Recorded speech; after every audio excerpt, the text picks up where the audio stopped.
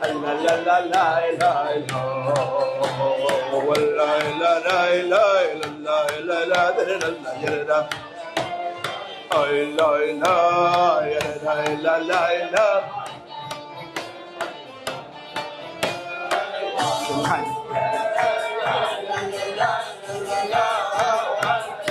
La la la la la la. La la la la la la. Who was those boys? Who were those boys in the back? Counselors, local camp. La la la la la la la la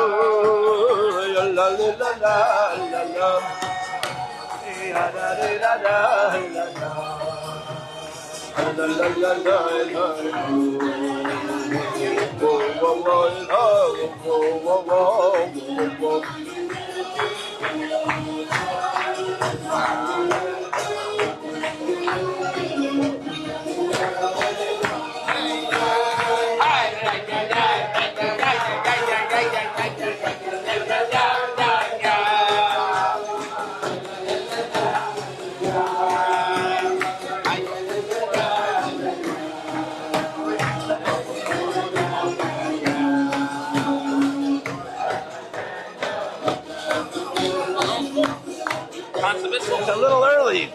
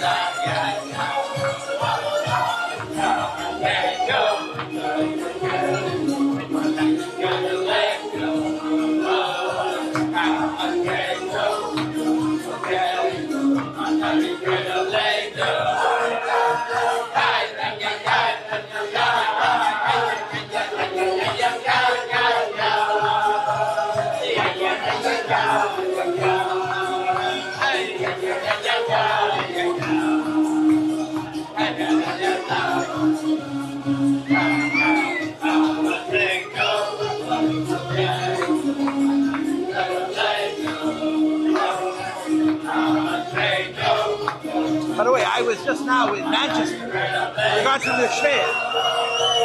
Yud-Gimmel Tammuz. David Jackson.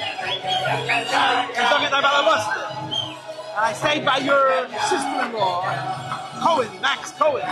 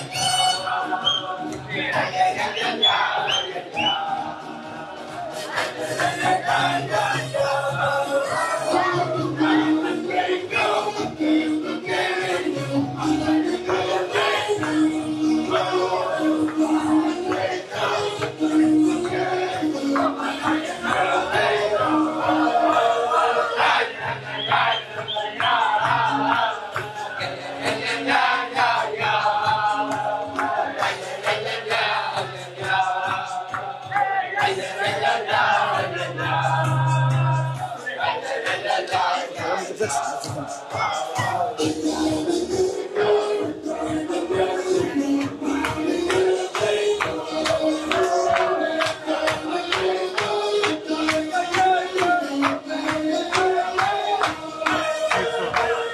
this table. Thank you for coming, Rabbi Marlowe.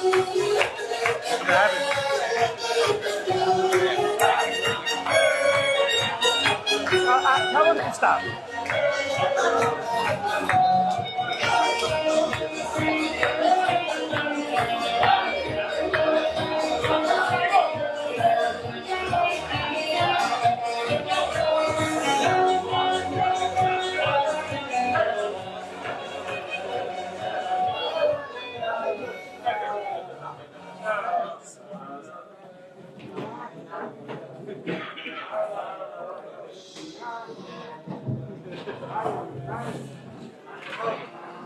L'chaim, l'chaim l'bracha, l'chaim, l'chaim l'bracha, l'chaim l'bracha, l'chaim l'bracha, l'chaim l'bracha. Ah, shalom aleichem. L'chaim l'bracha, l'chaim l'bracha, l'chaim l'bracha, l'chaim l'bracha, l'chaim l'bracha, l'chaim l'bracha, l'chaim l'bracha.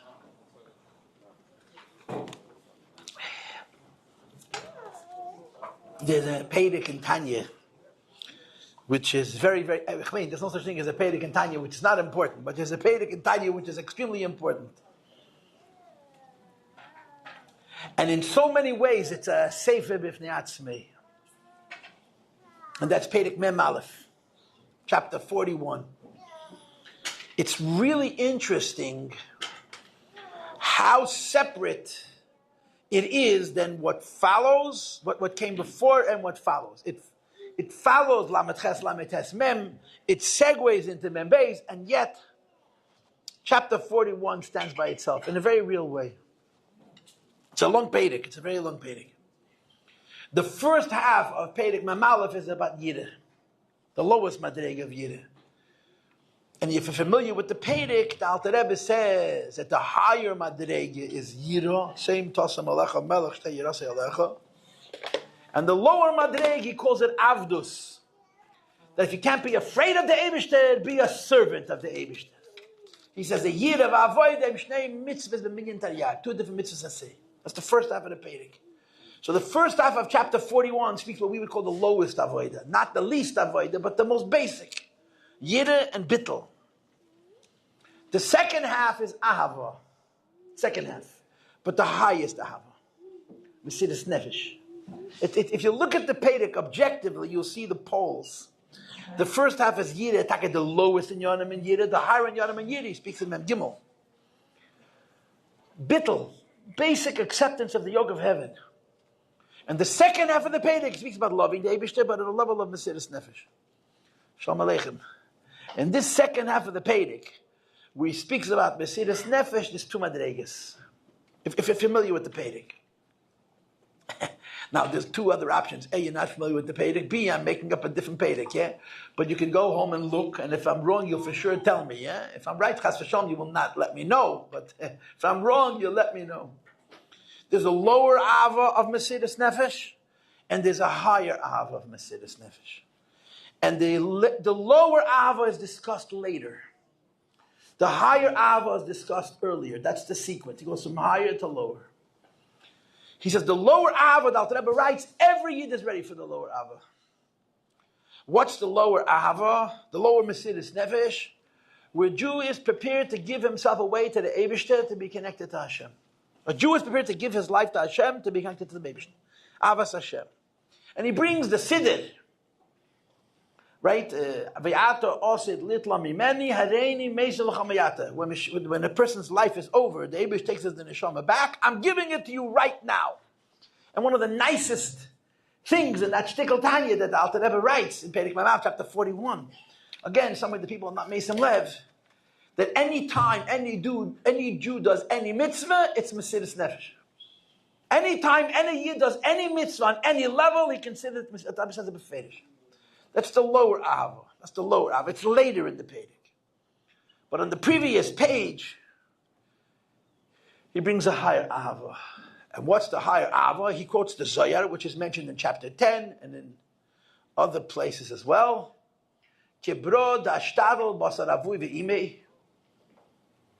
Right? Right? The Merochim line, Yater, Migarmei, V'nafshei, V'ruchei, V'nishmasei, Umasan alayim lamisa. Like a son who loves his father and his mother more than he loves himself. His guf and his neshama. Are you Rosenberger? Oh my gosh. Second generation or third generation? Kind of heard it. Rafi's your father? Oh, no, Second generation. Okay. Kind of heard it. Wow. There's young ones. There's still black beards left in the... Shalom Aleichem. Nice to see you. Nice to have you. Baruch Hashem. Huh? Welcome. We're happy to have you. Emmanuel is credit. I got to tell you. Emmanuel, huh? The credit goes to this guy right here. Rabbi Storpers. This doesn't happen. Fabrengen like this does not happen in a vacuum.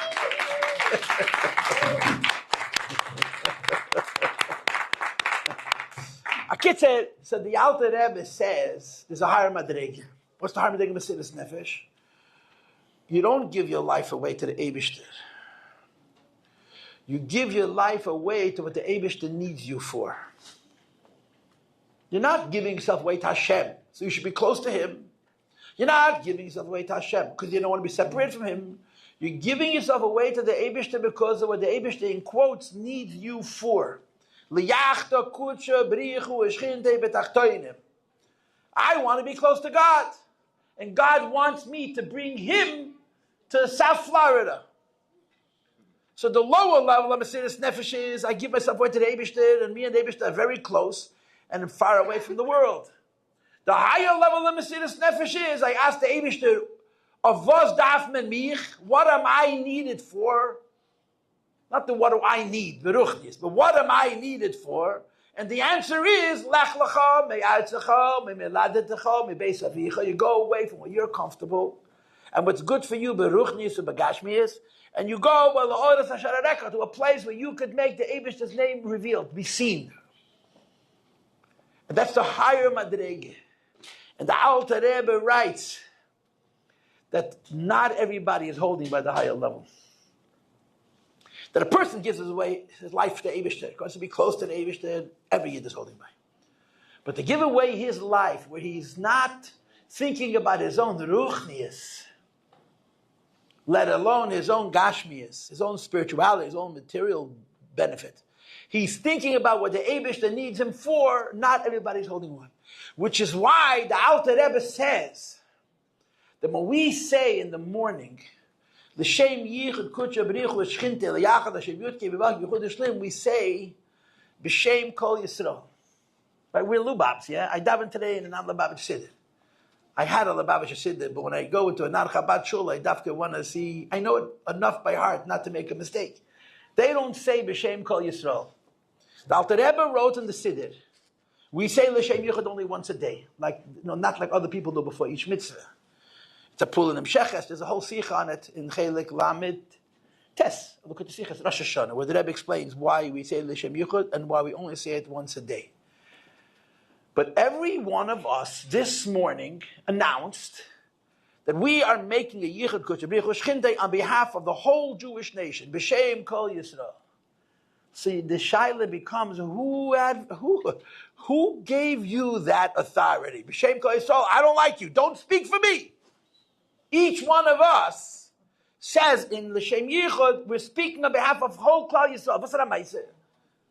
Who are we to speak on behalf of Klal Yisrael?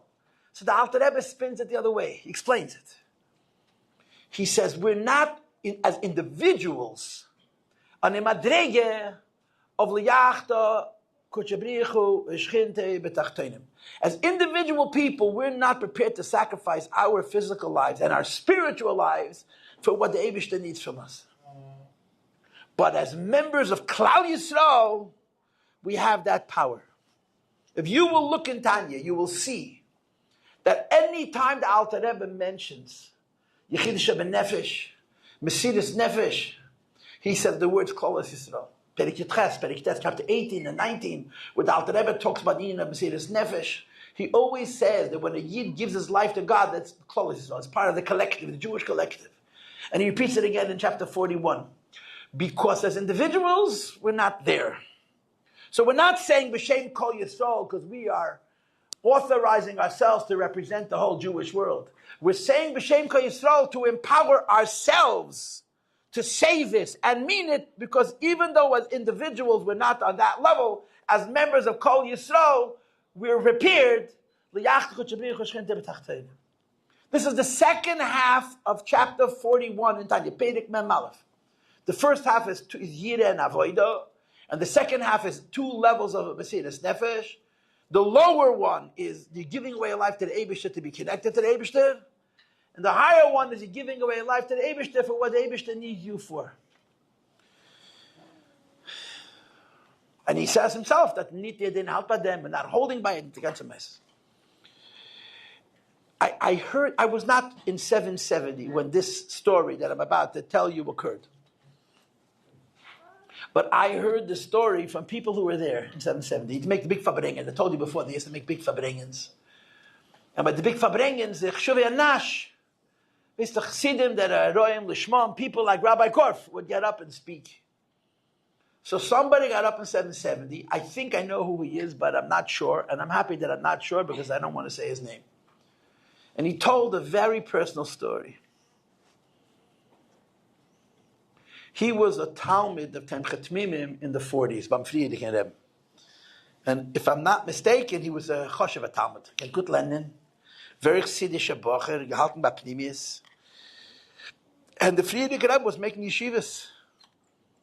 But you see, when you read about it in the Akriya Vakadusha or in the Atomim, you think you had a yeshiva. You know what the yeshiva was? It was 6 boys in the back of a shul, you understand, the yeshiva. He made a yeshiva in Buffalo. How many kids were that yeshiva? It was blood to shveis, mamish, blood. Every child that they were able to give a Yiddish chinuch to was so difficult. I once used to give a shir in Borough Park. I gave a shir in Borough Park years ago. And it came Yud-Beis Tammuz. It wasn't a Lubavitcher crowd. And I always used to sort of hedge how Lubavitch I could be. Came Yud-Beis Tammuz was a woman's shir. This is my submit, Finnemet Sunset Yotzrik, 25 years ago. Came Yud-Beis Tammuz, I just said it the way it was. And an old lady got up 25 years ago, and she says, I am a beneficiary of what you just said. I lived in New Haven, and the Friedrich Rebbe sent Beta Levi to New Haven in 1947, and she basically said, if not for Beta Levi, she couldn't be from Jew, Pashat. The Rebbe sent Bachrim, he had no married people, to go to these different places and start yeshivas. They started with 1 child, with 2 children, with 3 children, with 4 children. Some of those schools became big later. Some of those schools didn't succeed. And we had this snagdas. You speak to the old timers, you get so upset about the tipshas, about the machlekes that went on here in America. We were fighting over Jews when the Jewish people were being assimilated.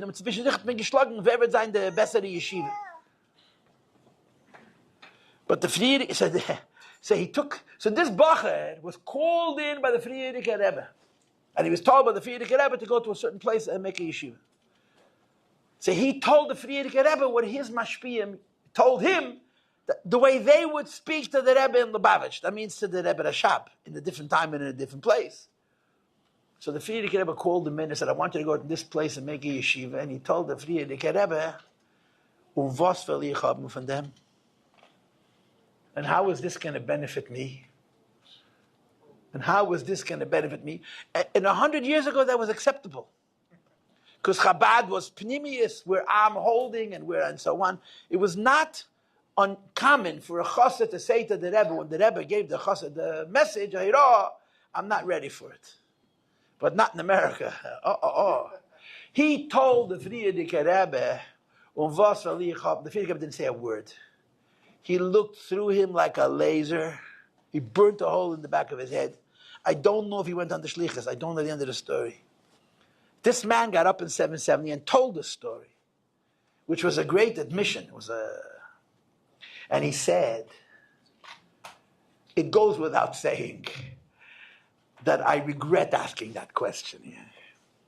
He says, bei dem Rebbe wollte mir nicht eingefallen zu trachten, als in Machshav. You understand Yiddish? He says, of course I shouldn't have said it. But by this Rebbe, I wouldn't even think it. I wouldn't even think it. I wouldn't even think it. You see, the way the Friedrich Rebbe set the course and the way the Rebbe made the course, the baseline, the Aleph base of a Lubavitcher Chassid is the higher Madrega of Mesiras Nefesh and Perek Mem Aleph. The definition of a Lubavitcher is how you serve. In Chabad, this is a Chiddush. You go back 100 years, Chabad Hasidim worried about themselves. We live in a Lubavitch where you're supposed to worry about yourself, but that doesn't make you a chassid. That makes you selfish.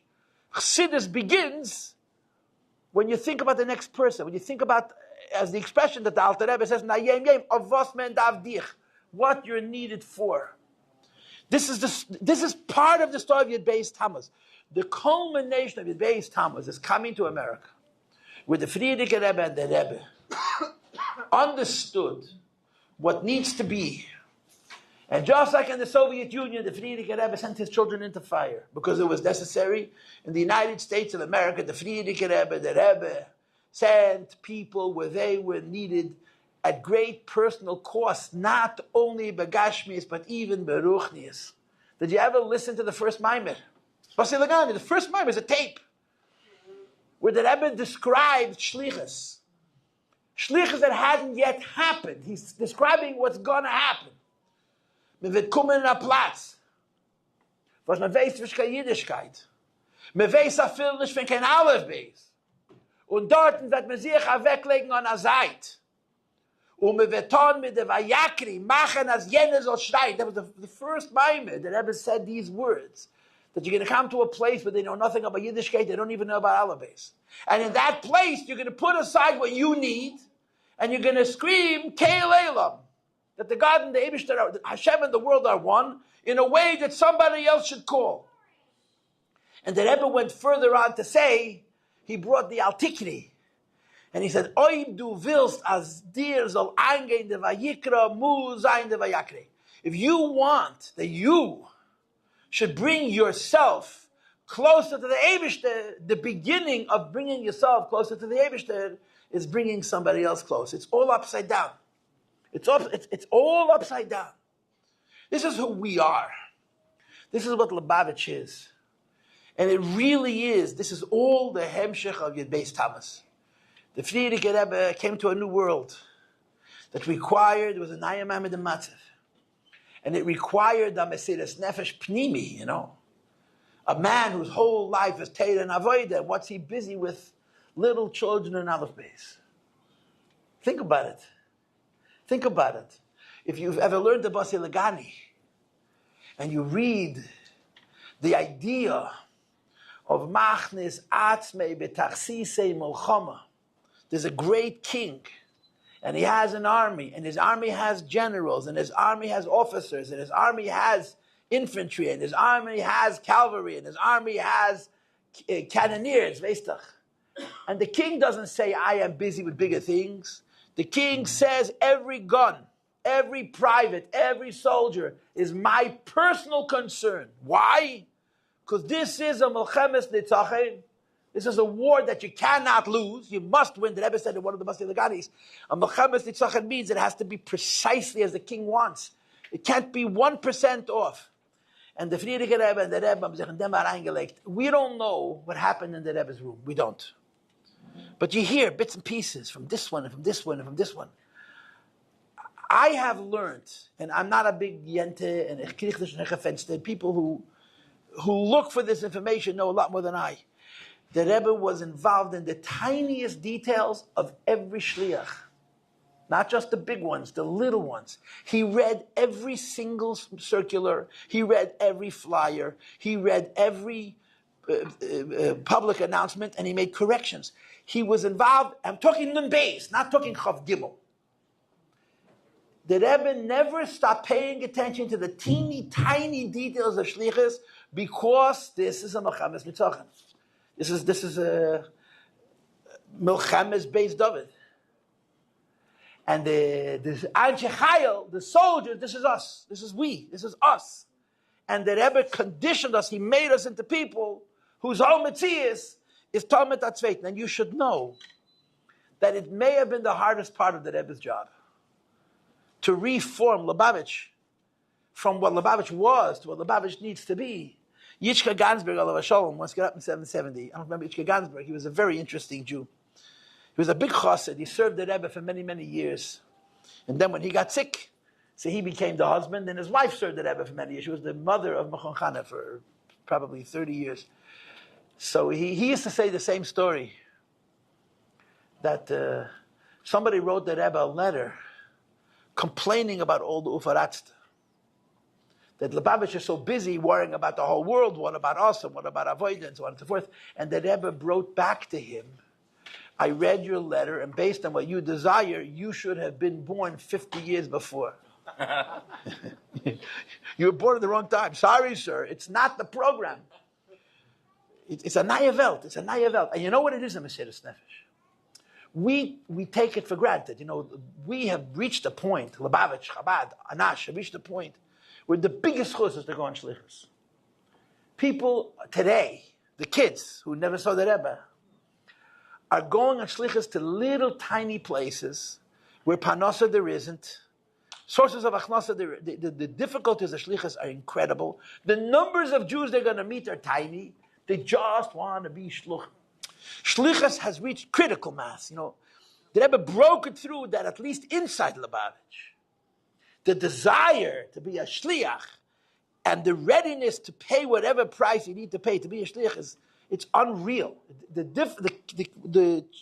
kinds of shlichus that the kids are taking, the young light are taking, and the challenges and the lack of, you know, they're not going to ever become a big shliach. Why? There's 100 Jews in the whole city, but they want to be shluchim. It's amazing. It's amazing.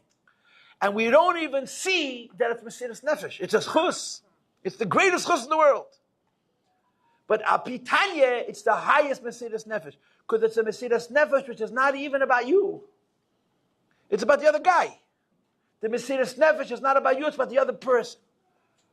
And this really is the end of the story of Yud-Beis Tammuz. It's the end of the story of Yud-Beis Tammuz. The Rebbe spoke a sikha. The truth is, this could be a whole inyan. It's a Chassidish and Fabrengen. I'm not giving lectures. But there's a sikha that you have to know. They recently had it on Gem. Finally, they gave it out. Simchas Beis Hashayeva Tovshin Yud Zayin. Simchas Beis Hashayeva 1956. The sikha is, you can read it in the Teres Menachem. You can hear the tape, and Gem made they video with stills. They don't have the movie of the Rebbe speaking the sikha. They have pictures, and you hear the Rebbe's voice. The sikha is unbelievable, but it's a watershed sikha. It's a fundamental sikha. It's a sikha that tells you how the Rebbe thinks.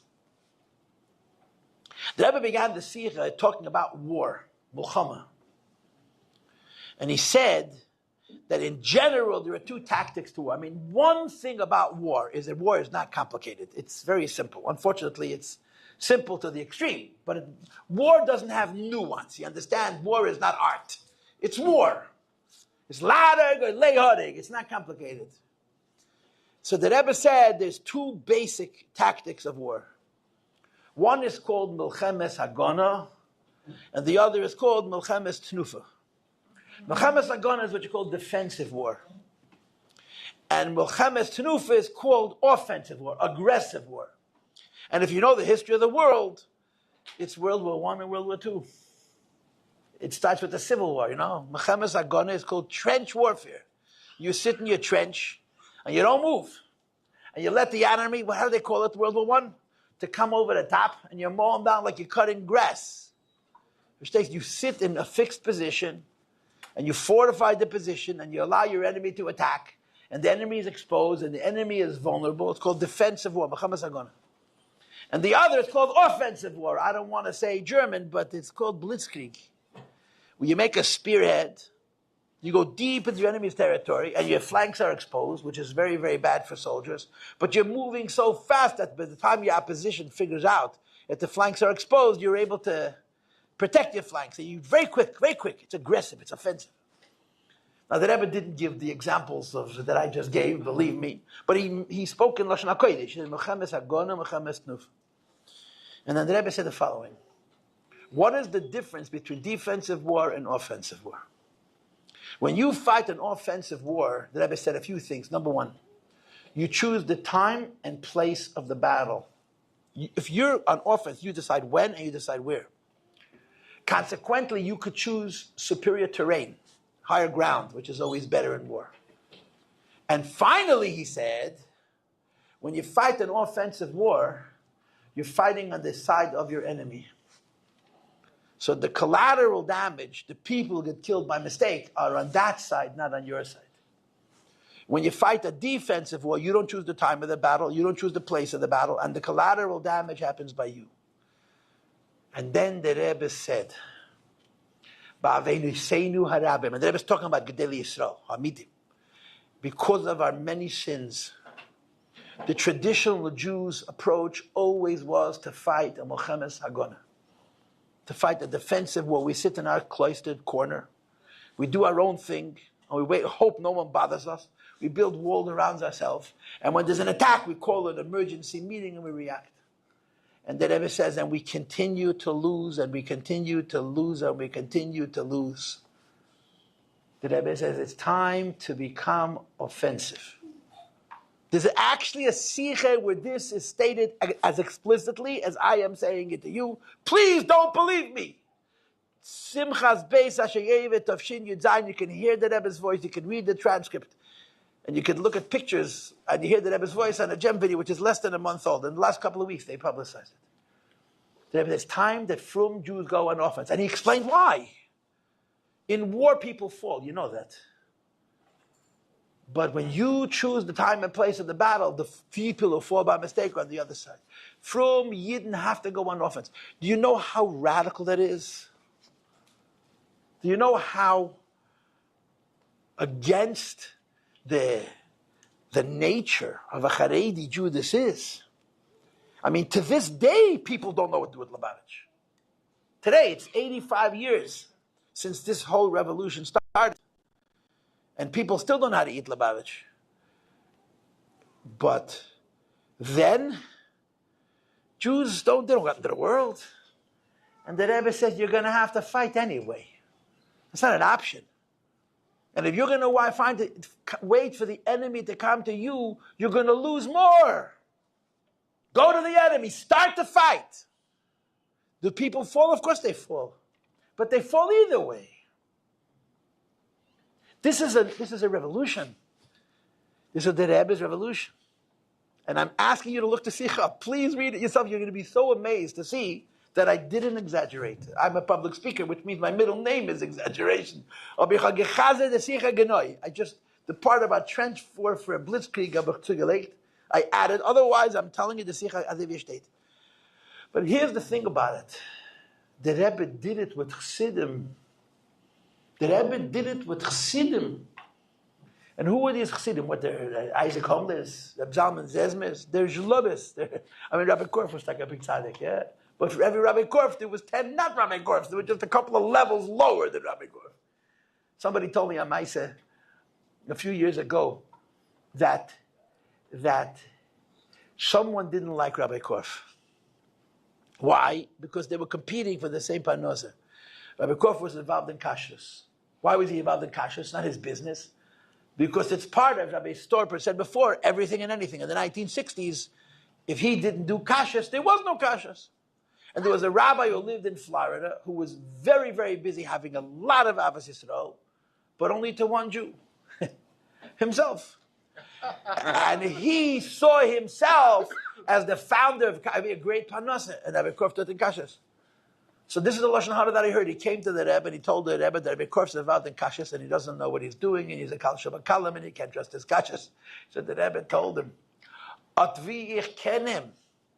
Is it a Yerei Shamayim Betachlis?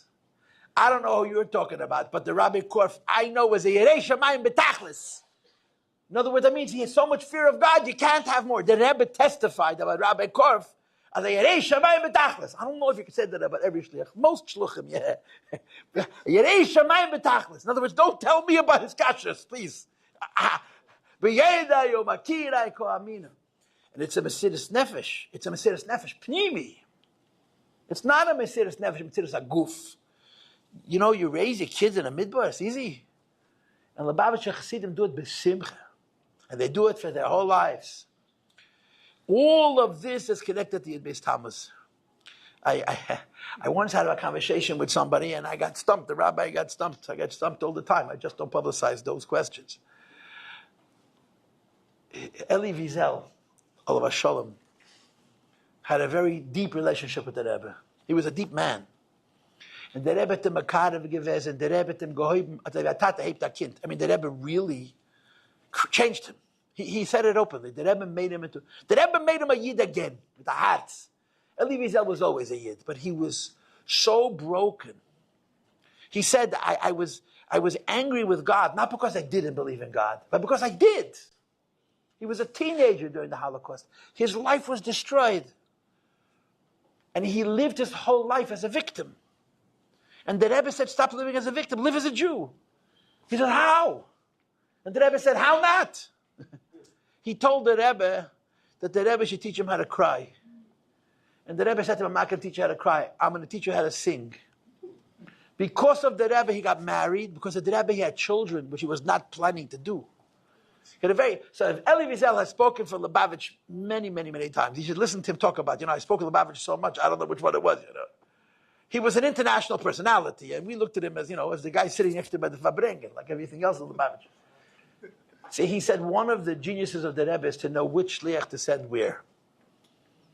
So I repeated this to somebody. I think it's true. I mean, part of the Rebbe's genius is who to send and where to send. And it wasn't Pashut. The Rebbe, he knew us better than we think, better than we know ourselves for sure.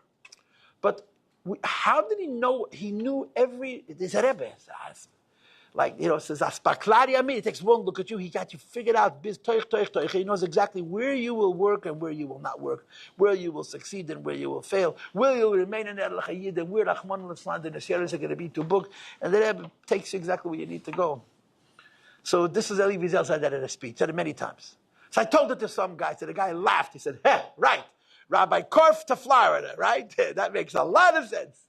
It's attack hysterical. Korf didn't speak a word of English. Nish kavot. Not a word of English. His wife had to phoneticize his English speeches in Yiddish phonetics. He's about to read a few words. He got the end upon him. But it worked out. So this is the Rebbe's people. The Rebbe's mentioned. Every Lubavitcher is the Rebbe's HaMensch. Every Shliach is the Rebbe's HaMensch. But there is a class of Shluchim who are, they're just very special. They're very special because of who they are, and they're doubly special because of their relationship to the Rebbe. That, Rabbi Korf is one of a kind. And his generation is going away. We're not replacing them. There's not going to be another. There'll be other kinds of chassidim, beautiful chassidim, deep chassidim, emes chassidim, baalei mesiras nefesh. But that generation of shluchim, they were all raised with blood in the Soviet Union. Bemis, their childhoods were miserable. And the Rebbe, the first shluchim of the Rebbe were his kids. They were his own boys who had very difficult lives. They didn't have normal lives at all. And these are the Rebbe's generals. And they're extremely special. They're extremely, extremely important. I'm going to tell you Lashon Hara. Okay? But I'll try to say it without names. The Rebbe sent Rabbi Nachman Sudek, who's now all over Shalom, to London in 1959. In 1959, in London, they were mistamet 20 mishpachas of Anash. There was a lot of Lubavitchers. But Klal, you know that the Frierdiker Rebbe positioned his chassidim. When the Anash came from Russia, the Rebbe decided on an individual basis where they should live. He sent some to Australia, he sent some to South America, and he sent some to Europe. And the Rebbe sent, 10 or 50 mishpachas of Anash, but mamish the shenste, misolto misham of Chabad. Some of the nicest Chabad, Jungelite, Tmimim, and the Bnei Tmimim were sent to London. And other places in Europe, in Italy, in France, the Rebbe positioned his chassidim to be maximally useful towards this new vision. And you must understand, when they came from Russia, they had no concept of what was going on. You read the letters. They're writing to the Frierdiker Rebbe. The Frierdiker Rebbe is answering them. It's like they're speaking two different languages. Because they were used to the old Chabad of davening and learning and trying to stay alive against Stalin. And the Rebbe is talking about conquering the world. It was mamish two languages. And they had a very hard time push it. Forget about doing it. Simply understanding what he wanted was beyond them. They couldn't relate to it. Greis chassidim, tmimim, big people. I'm talking about the Frierdiker Rebbe yet. Anyway, so there was a whole contingency of Lubavitchers living in London. Nachman Sudek was how old when he was sent? 25, a younger man. Born in Russia, where grew up in Israel. Probably, did he have a normal life? What kind of cheder did he have? And he came to London. He was the Rebbe Shliach. And his biggest challenge was the Anash. They were there before him. They were older than him. They were smarter than him. They were more chassidish than him. And they didn't know what the Rebbe wanted. They used to make fun of him. They made fun of him. He spoke Hebrew, yeah. The Rebbe, I saw a letter with my own eyes to a El Torah Chassid, who every time Rabbi Nachman Sudek got up to speak, he'd make fun of him. Lubavitcher, in fact, lachen for him. And played it. And the Rebbe wrote him a letter. And I'm not saying his name. The Rebbe writes to him,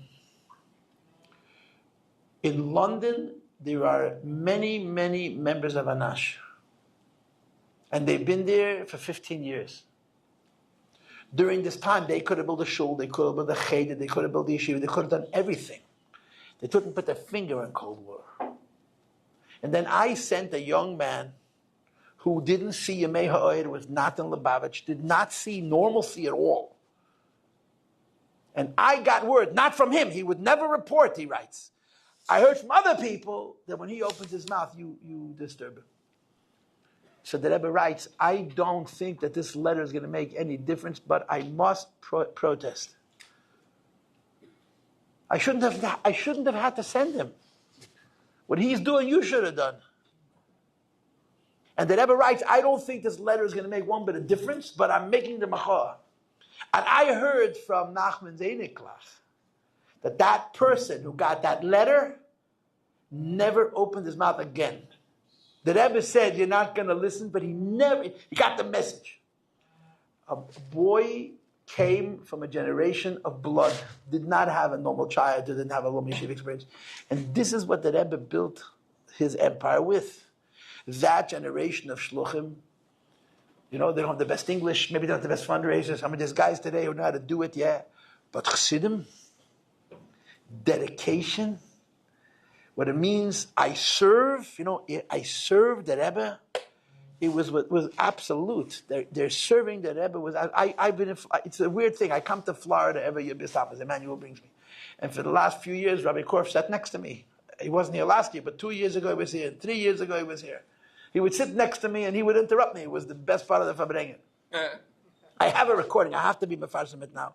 In one Fabrengen, I have an hour of his speeches. I got paid, yeah, but he did the talking. And somebody told me, Rabbi Korf is a very nice man, but you can't work for him. Because being near him makes you feel so inadequate. Why? Because there's no way you could be good enough. He doesn't even have to say anything. Why? Because his life is a statement. His life was and is a statement of service, a shliach.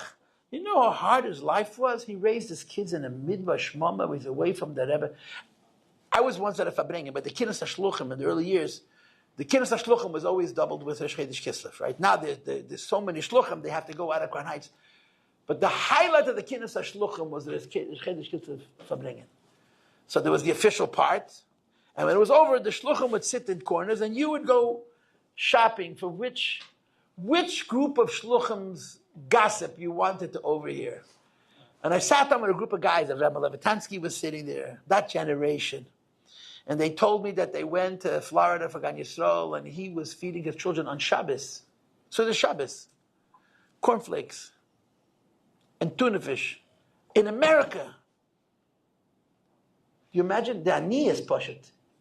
His children, so the Shabbos was cornflakes, tuna fish. There was no cholent, there was no gefilte fish. They couldn't afford it. Not you couldn't get it, they couldn't afford it. They couldn't afford it. Shlichus. And they did it with such simcha. And the sacrifice and the dedication and the idea that there's an old word for Tzemach Tzedek. That there was a Malamed, whose name I don't remember, who was thin as a stick, with skin and bones. So the Tzemach Tzedek said about this man Sis von em garnish geblieben, nur Melamed. Which means in English, there's nothing left of this man, only the Melamed. Shluchim, senior shluchim. Maybe when they were younger, they were human. But as they aged, and many of them were this way when they were in yeshiva too, they served the Rebbe to such an extent is that there literally was nothing outside of that service. It's awesome. It's awesome. It's unbelievable. And on top of everything else, it was the most delightful thing in their life. Their greatest joy was that they served the Rebbe. Eved melech melech. When you serve the king, you're a king yourself. And I don't think it's realistic for us to... B'chlal, copies are always a fake. Copies are always a fake. You know, there's no copy machine for human beings. Copies are always a fake. You don't want to be a copy. You want to be you.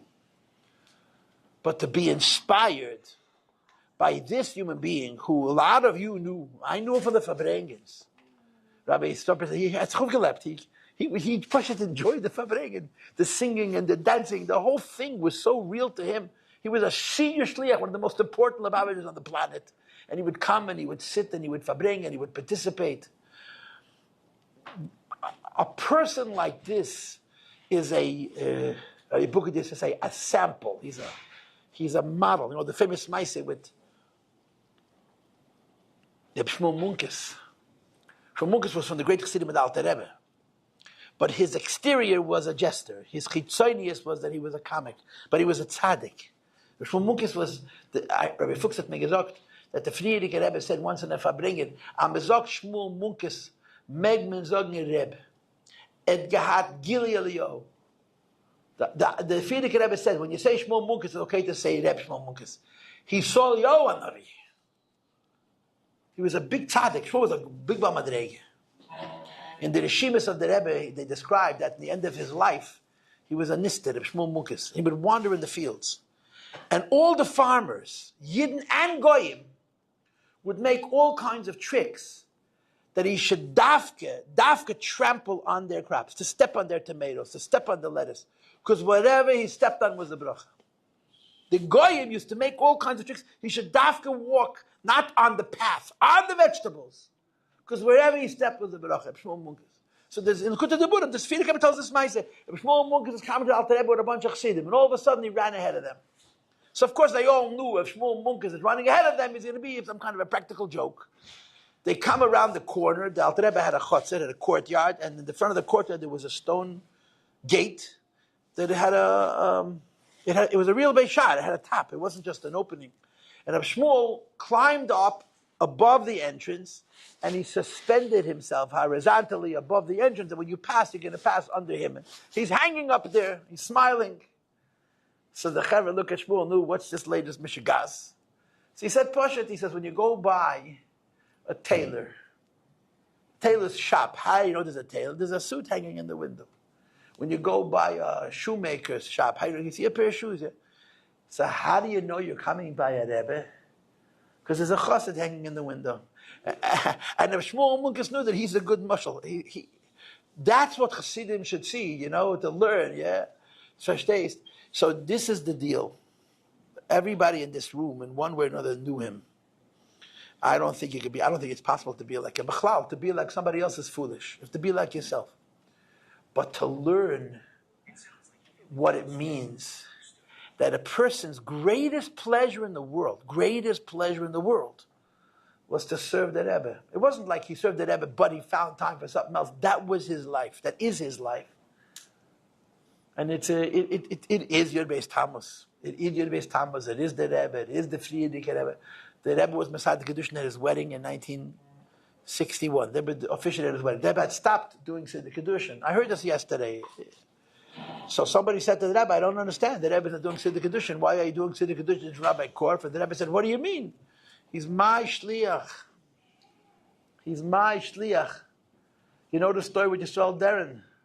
It's a crazy story. I mean, there's 1,000 stories like this, but this one we happen to know.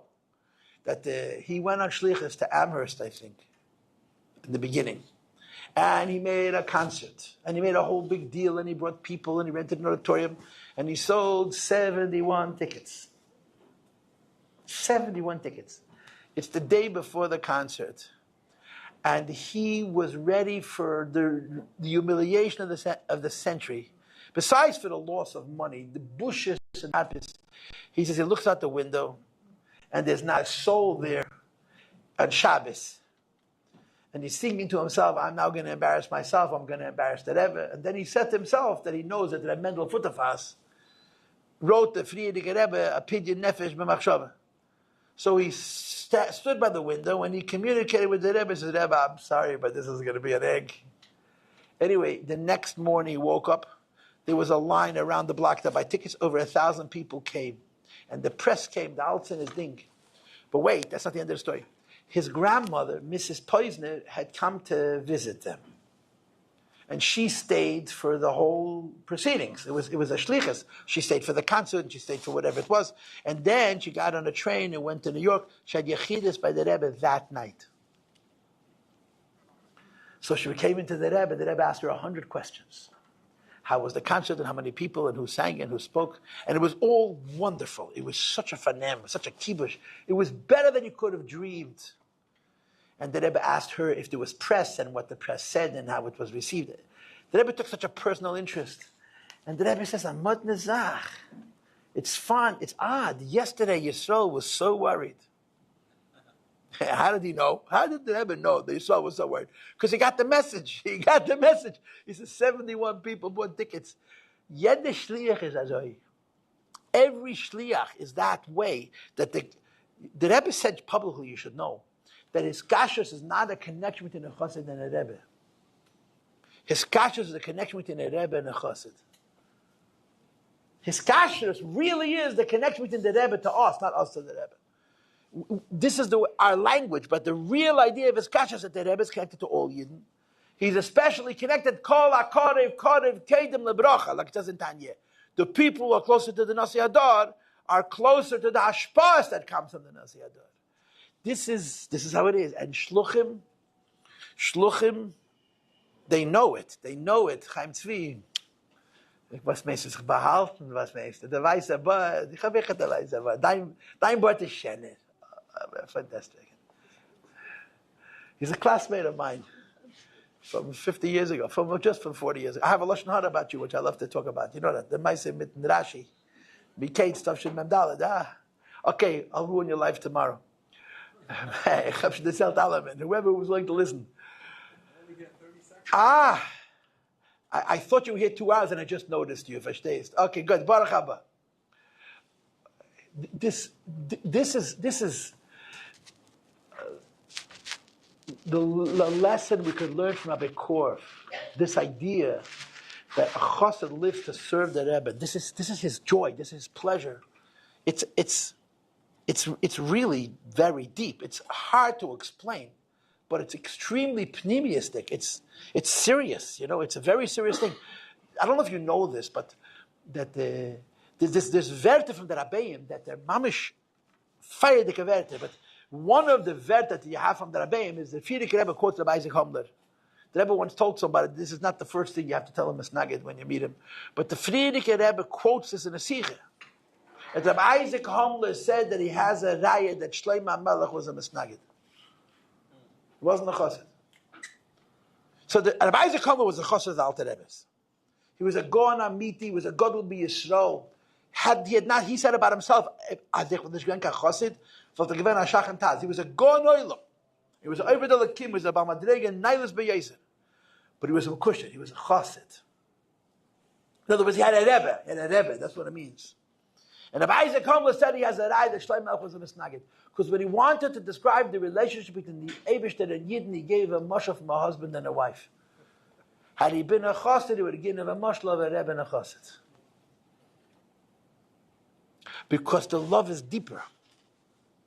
The bond is stronger. Now, I don't want to ask any personal questions, and please, nobody answer me, but do you agree with Rabbi Isaac Homler? Do you agree? I think Rabbi Korf does. Not he agrees. This is when the Maaseh. That the bond between a chassid and a Rebbe is deeper than the bond between a husband and a wife. It's nice words. It's nice words, right? I get paid to say this. But Zaydich misboinen, consider the possibility that this should be true in my life. That the Chassid's connection to the Rebbe is the deepest bond. There's so much love. And it's all about service. Think about it. The Rebbe is not an entertainer. The Rebbe is not a sports hero. The Rebbe is a Ish Elikim.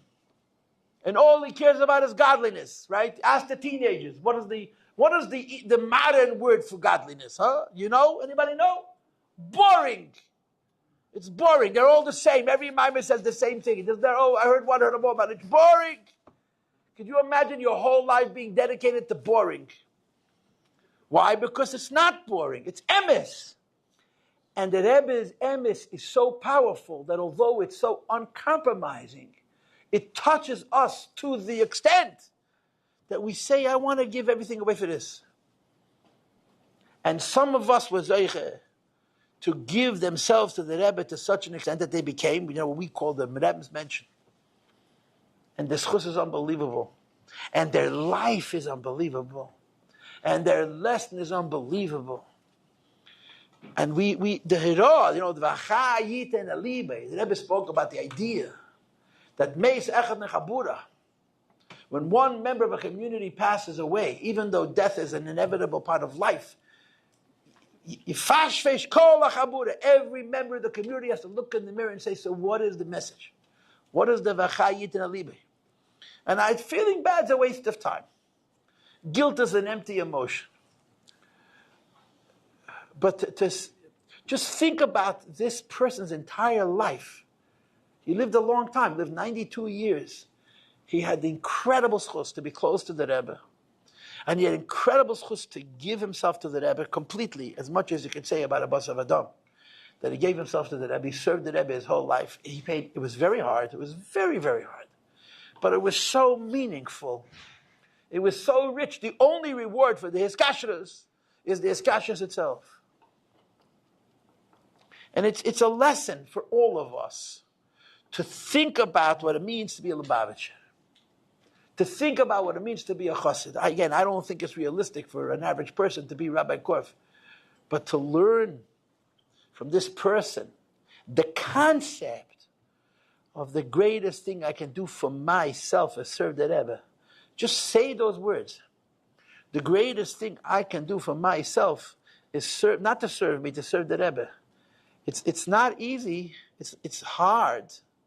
It's challenging. It's fighting with the whole world. But it's true. It's true. And the Chazal say the difference between tzaddikim and Rishoyim. Rishoyim tchilasam shalva v'seifim yisurim. And tzaddikim tchilasam yisurim v'seifim shalva. It's a fact. If you want to live an empty, meaningless life, it starts off like it's a lot of fun. And it ends up with such a bad taste. Not somebody's punishing you. It's just empty. Living an empty, meaningless life is fun for a while, but after a while you need a bigger high and a bigger high and another, and a bigger kick and a bigger high. It's empty. Tzadikim tchilasan yisurim. That's El Maza. In this world, tzadikim tchilasan yisurim. If you could visit Rabbi Korf in 1963 and 1964 and 1965 and 1966, you will see what Mesiras Nefesh meant then. For nothing. He didn't have 50 Chabad houses. He didn't have 50 Jews. But this was the job. And the Seif and Shalva, the end of the story is incredible atzlach. So much atzlach, they don't know what to do with it. Why?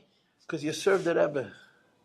That's how he sees it. In other words, he never for one moment said, look at me, I'm such a success. There is no I. There was the shliches, the service. So God, let's be misboinen in this person. And like I told you before, being near him was uncomfortable. I'm telling you it was. He was a very nice man. But when you're near MS, the sheket in us starts to fry. It starts to oscillate. It's getting nervous and getting nervous and getting nervous and getting nervous. Go away, let me rest. You ever go to the cemetery, yeah? You don't see this by our matzevis, but sometimes you go to a cemetery, there's a tombstone with a bunch of words on top, and at the bottom it says, at rest. I'm just wondering who decided to put at rest on the matzeva. The people who are afraid that they're inside the grave, they're nervous, and they're agitated. This one, he's comfortable. He's resting. The guy next to him doesn't matter. He's a nervous guy. This guy's at rest. Really? He's at rest. He's at rest. Everybody in the cemetery is at rest. So why do you have to write at rest? Because the person who's alive is nervous, so he put by the other guy at rest because somehow makes him feel a little bit more restful. At rest. It's the most hysterical thing. At rest. In Beis HaChaim, at rest. When you're near Emes, you're not at rest. The Gemara says that Moshe Rabbeinu, Vayishma Moshe, Yipal upon of Moshe Rabbeinu was in a conversation with the Eibishter. One of the incredible stories where Moshe Rabbeinu sees that's an Eis Ratzon. Moshe Rabbeinu sees that the Eibishter is in a good mood. So he starts pushing the envelope. He wants more, and he wants more, and he wants more. And he negotiates with the Eibishter, v'neflinu ani v'amcha, hareini noas kveidecha, ani aver kol tuvi al panecha.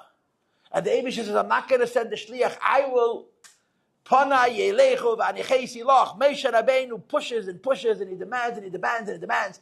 And the end of that story is, the Eibishter says to him, Higias man, shagala lecha, kol midas rachmanis fili. Hashem says, Hashem, I'm going to teach you all my secrets. And he tells them the Yud-Gimmel Tammuz, which is what we call Seder Slichas, that we say before Rosh Hashanah. And it says in the Chazal that the Eibishter puts on a talis and says Seder Slichas, which is why when we do Slichas, the Chazan puts on a talis. And in that story, Hashem says the Yud-Gimmel Tammuz, Moshe Rabbeinu heard and he fell on his face. He fell down. Moshe Rabbeinu fell to the ground. Fabrengen Yud-Beis. What did Moshe Rabbeinu see that caused him to fall down? And the Gemara answers, Emisra. Moshe Rabbeinu saw the truth and he fell down. There's a Hayem Yem, which is very powerful. Where the Fidik says, the Rebbe quotes it, yeah? Nit, as Aveda Davzai mit an Emes, nor Emes Alein as an Avoida. It's not that the way you serve Hashem has to be true, but that truth is a form of service. Emes is a service. Emes is a service. And when you're around Emes, you're very uncomfortable. Why? You're a nice guy, he's a nice guy, but he just, Emes, we're not Mevinim in people, we're certainly Mevinim in the Shamis. But in whatever level we're able to understand, this is who this man was. And this is the obligation of each Lubavitcher Chassid, to be a little shliach, to be a little ibigegevin, a little bit ibigegevin, to Rebbe, to be mekushach to Rebbe. And the greatest reward for his kashrus is his kashrus itself. The greatest reward for serving the Rebbe is the service itself. And we enjoy it. It gives us pleasure. There's an expression which the Rebbe quoted all the time from Chassidus. If a person lives his life as a slave, where's the pleasure? And the answer is the pleasure of his master is his. When his master is happy, he's happy. The pleasure of his master is his. And that's what a chassid is. The Rebbe's tainug, the Rebbe's atzlach is his atzlach. Or his atzlach is the Rebbe's atzlach. Okay, l'chaim v'levracha, the Reshab ben Aliyah, his Avraham ben Yeshua. And you know that the kminig chassidim is that by a levaya, you're supposed to say to the deceased, as Ozer beten zum Rebbe. You know that? There's a tradition of Chassidim, that by the funeral, somebody whispers into the ear of the demise of the person who passed away, ask to see the Rebbe. It's an old Chabad tradition. Beten sich zum Rebbe, that's what it's called. And they do, the Chaver Chedisha does it. You don't see it. It's not like they announce it by the vice. In the olden days, when they put a person on the ground, one of his friends would say, Moshe betzach zum Rebbe. After a person dies, now you're at the mercy of the boogeyman. So I heard the story that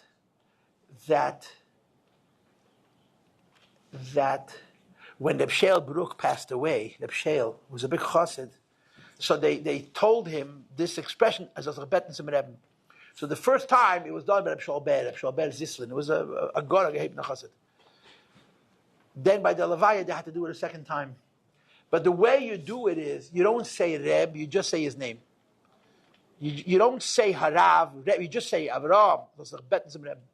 So they got to the Levaya, and all the Tvimim were there, all the important Lubavitch Chassidim. And someone said to Reb Shlomo Chaim, who was a Mashpi in Lud, that he should say to Reb Sheil as Azar Bet and Simrem. He should say to Reb Sheil Brook, who was a former friend of his, he was older than him. So Reb Shlomo Chaim said, I can't. He said, why can't you? He said, because I never ever said his name without the Reb. I can't do it. I can't say to him, Avram, Betzach Tzim Reb. He couldn't do it, so somebody else had to do it. The Betzach Tzim Reb, the Betzach Tzim Reb. The Rebbe spoke about the Shmuel, that there's no question that the Rebbe Bavor and Tal in Yonim. But the important thing is that Aliyah today is a Kitzu V'ran Sheikh Nehofer. We're mamish holding Erev Mashiach Tzidkenu. And even Trump is saying a Mashiach Hakum Baba. If he says it, if he means it, but whatever it is. Bibi Netanyahu gave him a gift, you saw? Bibi Netanyahu gave him a gift, $1 from the Rebbe. $1 from the Rebbe. Du versteht mit der Tutzach. I want you to know that the Ness is not that Trump got $1 from the Rebbe. It's that Bibi gave it to him. That's the Ness. Okay, Trump is not sure what he believes. He'll try anything. But Bibi gave him the $1. Yeah, of course he went to the oil. But Bibi gave him the $1. Bibi wist van der Meise mit der Zelt wegen a Chossid. I'm not going to say any names, Baruch Hashem. Dervaida, stick around, yeah? So there was a businessman, a Lubavitcher businessman, who had a shutef, who was Jewish and not religious, who had trouble with one of his children. A daughter was very ill. This man was the senior partner. He was a lot richer than this Lubavitcher chassid, and he was the greater investor. And the Lubavitcher was also in business, but he was at his mercy. He was the subordinate. He was the secondary partner. And he said to his friend, you know, your daughter is not well. You should really ask the Rebbe for a bracha. He says, oh, no, don't get the Rebbe near me because I know how the Rebbe operates. I'm going to come to the Rebbe. He's going to start making deals with me. I'm not asking the Rebbe, and don't you ask the Rebbe for me. Anyway, the girl's getting sicker and sicker. It's a true story. And he, a few times, said, maybe you should tell the Rebbe, no, Shumefen, because I know what the Rebbe is going to do to me. He says, Zayin Freilach. This Lubavitcher said, you know what? I kapara the business. He wrote the Rebbe a note, and he said to the Rebbe that this is my partner, and his daughter is literally dying, and he doesn't want to ask the Rebbe for a bracha, because he's afraid that the Rebbe is going to make deals with him, and the Rebbe's answer was, tell him to register his daughter in Beis Yaakov. Okay? Not in like a modern Orthodox, one of those Talmud, Ivrit, modern Orthodox girls' schools, whatever names they are. Beis Yaakov. So now this Lubavitcher had a problem. The guy specifically told him not to do it. And he warned him, please don't help me. And now he didn't listen. And he asked the Rebbe. The Rebbe said he should register his daughter in Beis Yaakov. So he went over to this guy. And he figures that this is it. The partnership's over. The guy's going to get so angry at him, he's never going to talk to him again. But what are you going to do? You got to do what you got to do. So he tells him, listen, I don't know how to tell this to you. Respectfully, so I'll tell it to you straight. I didn't listen. I asked the Rebbe. And the Rebbe said you should register your daughter in Beis Yaakov. So the guy went and registered his daughter in Beis Yaakov without a hitch. And the girl recovered. 100 for a shleiman. She went to Beis Yaakov, from girl. So this man came running to the Rebbe and said, Rebbe, I got a meifus. So the Rebbe said, you know what the meifus is? That you gave him the message. that you told him what I said. Not that the girl recovered, that you gave him the message. It's a bigger meifus that Bibi gave the president. Bibi Netanyahu, one of the most important Jews in the world, knows a Rebbe dollar. A Rebbe, do haltamir. Do haltamir. It's nicht Erev HaGeula. It's not Mamish Ota Mashiach. Huh? We all need a plan. We all have to know how. We have to know how. So, which door is it coming in from? Is it coming tomorrow or yesterday or 2 days ago? Huh? We need to know. Well, that's not the way the game is played. Wir wollen wissen, Gott entgegen, take it from Yad Mamish. And the Rebbe said that those who pass away most recently have the easiest time with Chayes HaMesim. I think we could all agree that we're all a little bit better because we knew Rabbi Korf. And we should continue to being a little bit better. Wait. Everybody, I know you want to go home. Sit down. We'll just sing out to Rebbe's niggin, and then you can go home. L'chaim or l'shulim. Everybody sit down, and put on your gartel, put on your chosit. We're talking about the Rebbe's niggin, or the not getting into it.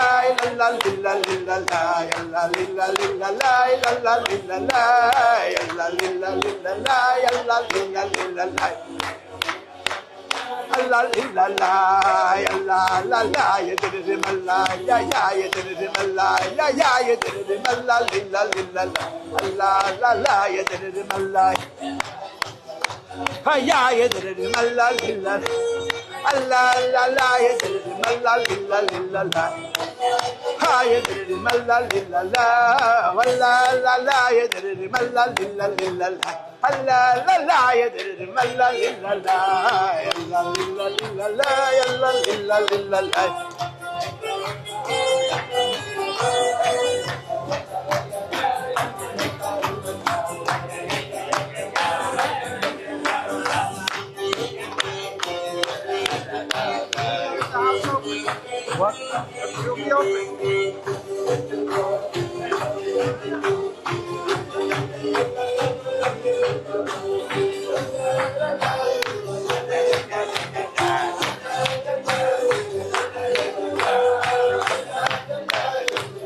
It's nice to see you. So does Taylor. Rabbi.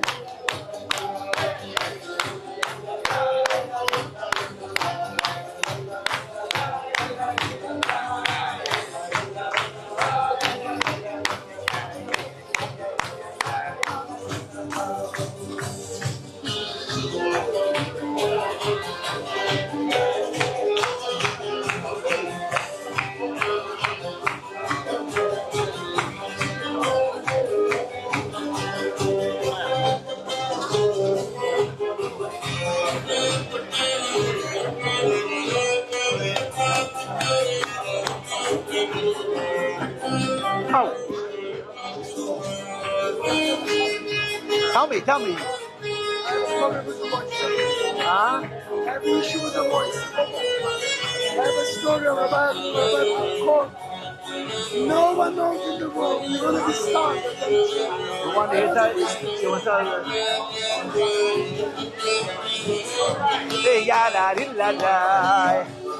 Keep a promise. Passing my regular lying in the room. I'm happy to be behind you. Thank you. What time is your thing tomorrow night? I don't know. I'll give you.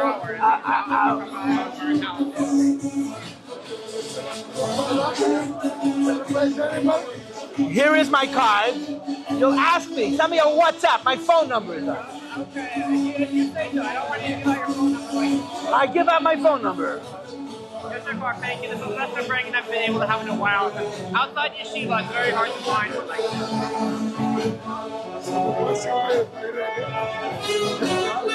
The line is pusher. I'm behind the microphone. The guy's going to claim it. Came to the door. He stand like a stone, like a wall. He was a pusher. And that was cool. He stand like a stone. The label saw him from inside. Open the hut. Push me. He's getting right next to Rabbi. I was by Rabbi. And he stayed there. He stayed Yes. there. I never even talked to court family. Court family has no idea. What I believe it. He stood there. He was shaking like a wall. Couldn't push me.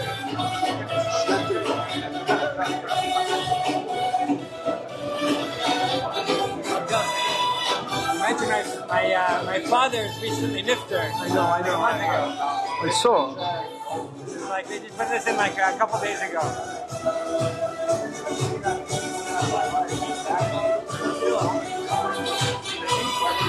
Oh, Moshe. No, I'm standing right here by Das, by Kaczynski. On my house.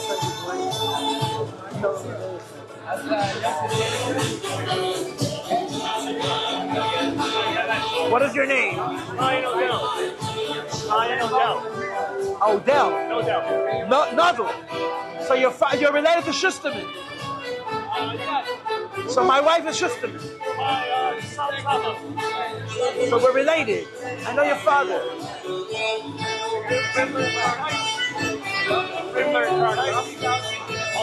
I know. Shalom Aleichem.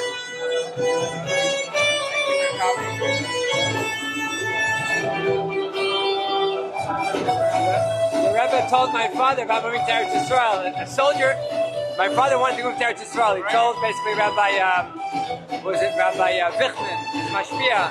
Rabbi Vichman said, take it out of the letter, don't write it into the Rebbe, to the Duch. And the Rebbe looked at my father, started laughing, he said, with regards to moving to, he didn't rewrite it in the Duch. The Rebbe told my father, with regards to moving to Eretz Yisrael, a soldier doesn't choose the battlefront to which way to war. I heard it before. We're not just looking for the Rabbi or Moshe Rabbeinu. We're just looking for the Yibashur, light unto the nations. Don't forget to say the real source, the Makor. Of the Eitzah himself. Don't forget it.